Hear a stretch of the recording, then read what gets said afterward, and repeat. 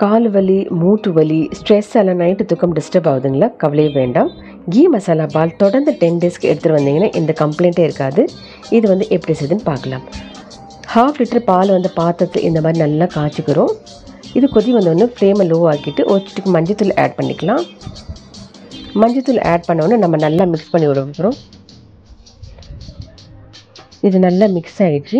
இப்போ வந்து இதுக்கு தேவையான சர்க்கரை ஆட் பண்ணிக்கலாம். சர்க்கரை ஆட் பண்ணி இப்போ நம்ம நல்லா மிக்ஸ் பண்ணி விடலாம்.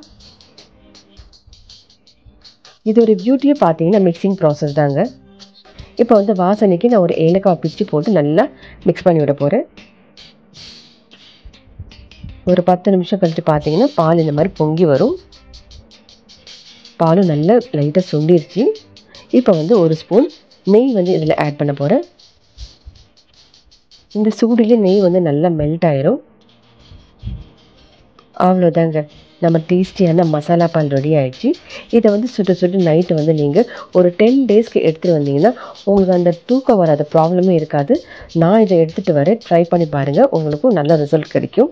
இன்றைக்கி நான் வந்து ஒரு 2 ஹெல்த் டிப்ஸை ஷேர் பண்ண போகிறேன். கேஸ்ட்ரிக் ப்ராப்ளம் இருக்கிறவங்க ஒரு 3-4 நாள் எம்டி ஸ்டமக்கில் புதினா இலை சாப்பிட்டிங்கன்னா உங்களுக்கு அந்த ப்ராப்ளம் இருக்காது.